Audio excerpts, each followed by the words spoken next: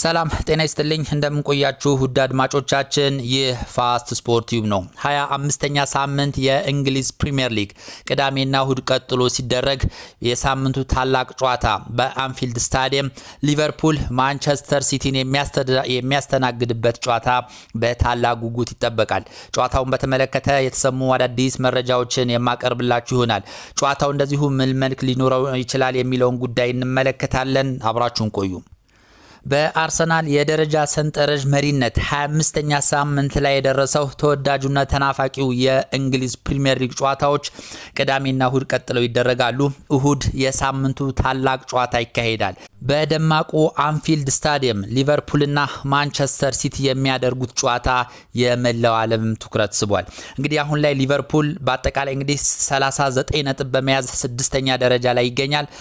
በአንጻሩ ማንቸስተር ሲቲ ከአርሰናል በ6 ነጥብ ርቆ 47ኛ ደረጃ ላይ ተቀምጦ 2ኛ ደረጃ ላይ ይገኛል። እንግዲህ ሁለቱ የሚያደርጉት ጨዋታ በጉጉት ይጠበቃል። ባለፉት 5-6 ዓመታት የሁለቱ ቡድኖች ጨዋታ የመላው ዓለም ትኩረት እንደሚስብ ይታወቃል። ሁለቱም ቡድኖች ጠንካራ እንቅስቃሴ በማድረግ ይታወቃሉ። ባለፉት 6 እና 7 ዓመታት የተፈራረቁ የእንግሊዝ ፕሪሚየር ሊግን ማንሳት ችሏል እና አሁን ላይ እንግዲህ ሁለቱ የሚያደርጉት ጨዋታ የመላው ዓለም ትኩረት ስቧል ብሎ መናገር ይቻላል።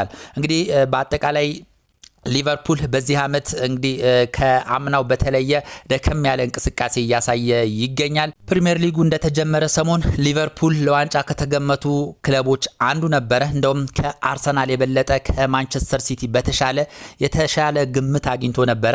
ነገር ግን በጨዋታ ሂደት እንግዲህ የሚጠበቅበትን እንቅስቃሴ ባለማድረጉ አሁን ላይ እንግዲህ 39 ነጥብ በመያዝ 6ኛ ደረጃ ላይ ሊቀመጥ ችሏል። በእንግሊዝ ፕሪሚየር ሊግ በዚህ ዓመት አጠቃላይ 39 ግቦችን ከመረብ አሳርፏል። ሲቲን ስንመለከት 47 ነጥብ በመያዝ 2ኛ ደረጃ ላይ ይገኛል።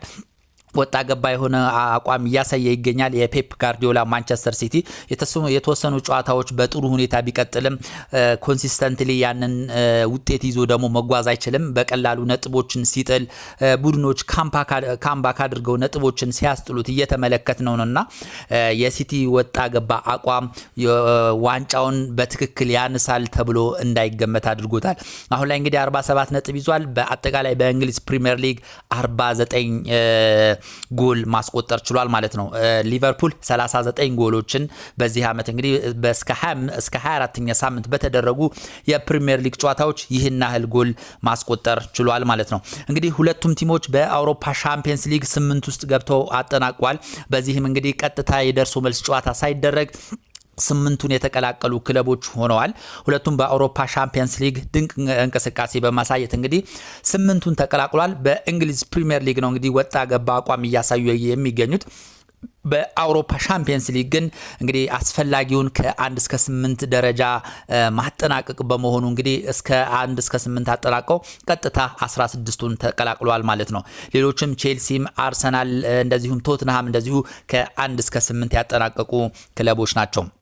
ሊቨርፑልና ማንቸስተር ሲቲ አጠቃላይ ያላቸውን የእርስ በርስ ግንኙነት ስንመለከት 185 ጊዜ ተገናኝተዋል በሁሉም ውድድሮች ማለት ነው።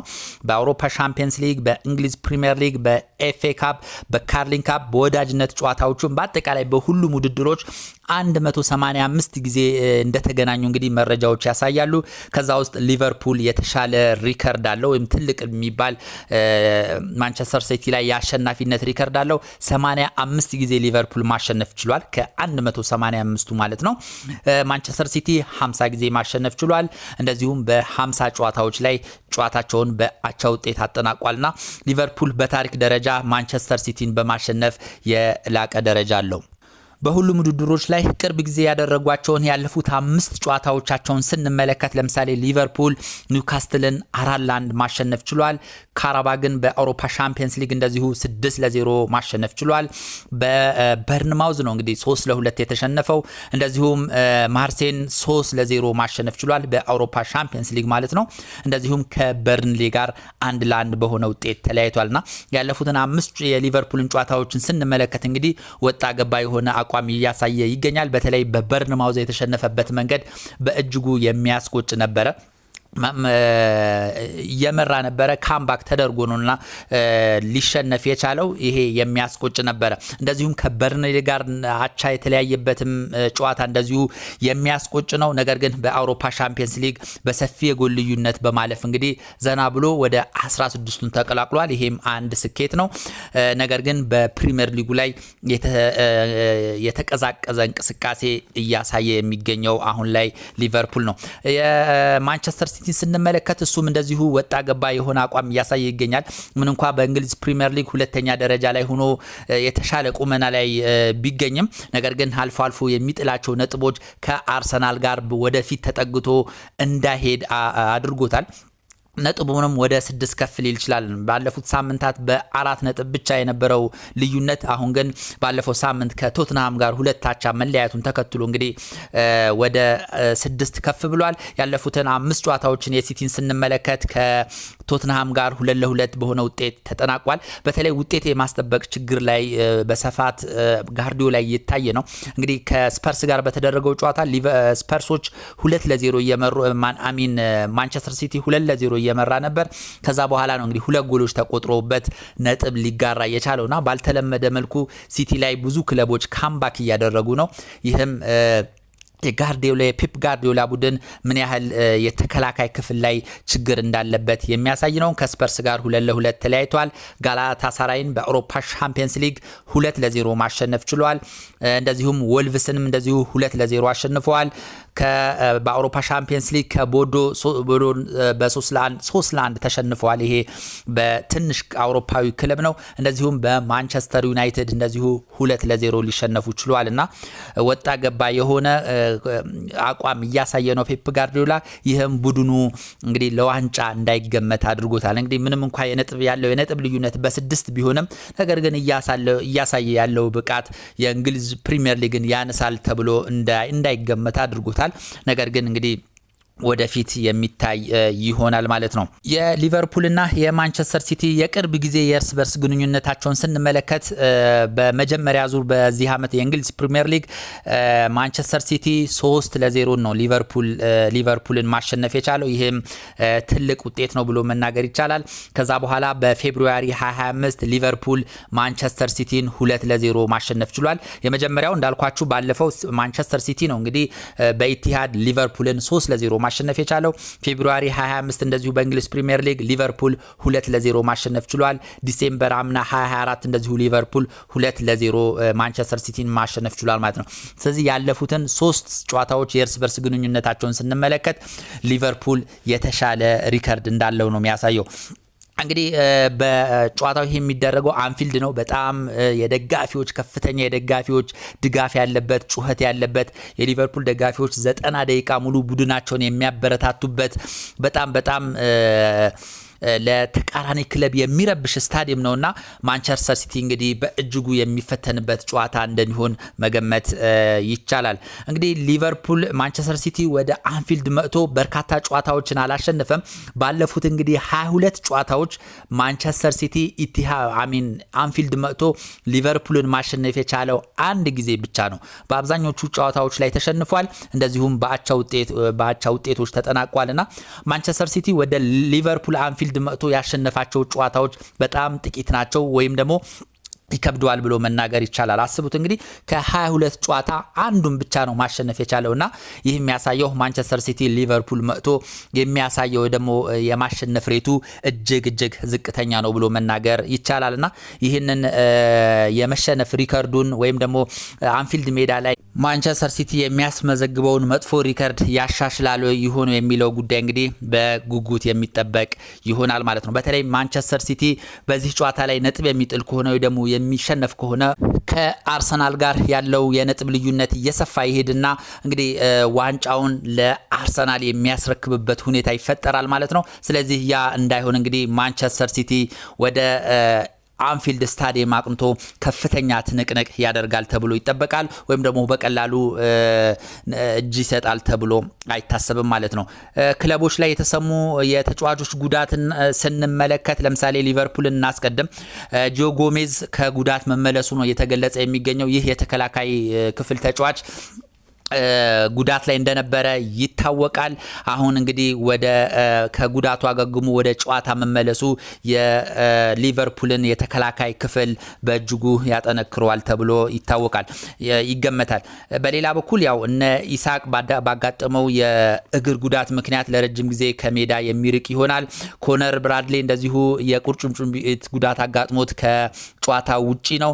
ስለዚህ እነዚህ ተጫዋቾች ጉዳት ላይ ይገኛሉ። ሌሎች ግን ያው ለጨዋታ ዝግጁ እንደሆነ ነው እየተገለጸ የሚገኘው። ጎሜዝ እንግዲህ አገግሞ ወደ ጨዋታ መመለሱን ተከትሎ ከነ ኢብራሂም ኮናቴ ከነ ቫንዳይክ ጋር እንግዲህ ተጣምሮ የሊቨርፑልን የተከላካይ መስመር ያጠናክረዋል ተብሎ ይጠበቃል። የማንቸስተር ሲቲን የተጫዋቾች ጉዳት ስንመለከት በርናንዶ ሲልቫ የጡንቻ መሸማቀቅ እንዳጋጠመው ይታወቃል። ስለዚህ በጨዋታ ላይ የመሰለፉ ነገር አጠራጣሪ ነው፣ ወይም ደግሞ ሊሰለፍም ላይሰለፍም ይችላል እየተነገረ ይገኛል። እንደዚሁ ጀርሚ ዶኩ ጉዳት ላይ ነው። ስለዚህ በዚህ ጨዋታ ላይ የማይሰለፍ ይሆናል። ሳቪኒሆም እንደዚሁ አሁን ላይ ጉዳት ላይ በመሆኑ በጨዋታው ላይ አይሰለፍም። ጆን ስቶንስ እንደዚሁ ጉዳት ላይ ይገኛል እና አብዛኞቹ ቋሚ የማንቸስተር ሲቲ ተጫዋቾች ጉዳት ምክንያት ለማንቸስተር ሲቲ ግልጋሎት አይሰጡም። ስለዚህ ፔፕ ጋርዲዮላ በተጫዋቾች ጉዳት እየታመሰ ይገኛል። በትክክል የኳስ አቅሙን እንዳይጠቀም እያደረገው ይመስለኛልና የነዚህ ተጫዋቾች አለመኖር ማንቸስተር ሲቲን በእጅጉ እንደሚጎዱት ግልጽ ነው። ነገር ግን እንግዲህ ባሉት ተጫዋቾች ሊቨርፑልን ይፋለማል ማለት ነው። እንግዲህ እሁድ ምሽት 1 ሰዓት ከ30 ላይ በሊቨርፑልና በማንቸስተር ሲቲ የሚደረገው ጨዋታ ለሁለቱም እጅግ ወሳኝ ጨዋታ ነው። ሊቨርፑልም ከቶፕ ፎር ላለመራቅ ጨዋታውን ማሸነፍ ይጠበቅበታል። ምክንያቱም ከፊት ለፊቱ ማንቸስተር ዩናይትድ አለ። አሁን ላይ አስደናቂ እንቅስቃሴ እያደረገ ያለ ክለብ ነው። እንደዚሁም ቼልሲም አለ በአዲሱ አሰልጣኝ ሊያም ሮዚነር እየተመራ በጥሩ ግስጋሴ ላይ ይገኛልና ስለዚህ ከቶፕ ፎር ላለመራቅ ሲል ማንቸስተር ሲቲን ማሸነፍ ይጠበቅበታል። ማንቸስተር ሲቲም እንደዚሁ ከአርሰናል ጋር ያለው የነጥብ ልዩነት እንዳይርቅና እንደዚሁም ሌሎች ከኋላ እየተከተሉ ያሉ እነ ማንቸስተር ዩናይትድ እና ቼልሲም እንደዚሁ ከቅርብ ርቀት እየተከተሉት ነውና ይህንን ጨዋታ በእጅጉ ማሸነፍ ይፈልጓል። ስለዚህ ይህ ጨዋታ ለሁለቱም እጅግ አስፈላጊ በመሆኑ ጨዋታው ላይ እንግዲህ ሁለቱም ከባድ ፉክክር ያደርጋሉ ተብሎ ይጠበቃል። ሁለቱም እንግዲህ ለመላው እግር ኳስ ተመልካች አዝናኝ የሆነ ኳስ ይጫወታሉ ተብሎ ይጠበቃል።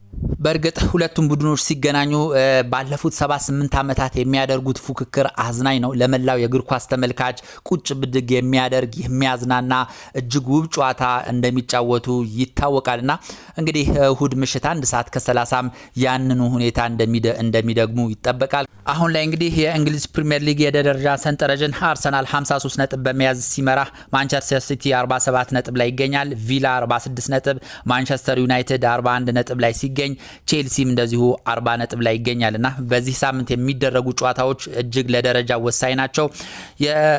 በዚህ ሳምንት የሚመዘገቡ ውጤቶች ደረጃ ላይ ለውጥ ያስከትላሉ ተብሎ ይጠበቃል። የእንግሊዝ ፕሪሚየር ሊግ በዚህ ሳምንት የሚደረጉ ጨዋታዎችን ልጠቁማችሁ።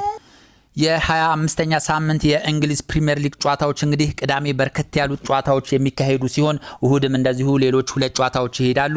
ቅዳሜ ከአርብ ስንጀምር ሊድስ ዩናይትድ ከኖቲንግሃም ፎረስት ምሽት 5 ሰዓት ላይ አርብ ምሽት 5 ሰዓት ላይ ይፋለማሉ። ማንቸስተር ዩናይትድ ከቶትንሃም እንደዚሁ ቅዳሜ 9 ሰዓት ከ30 ጨዋታቸውን ያደርጋሉ።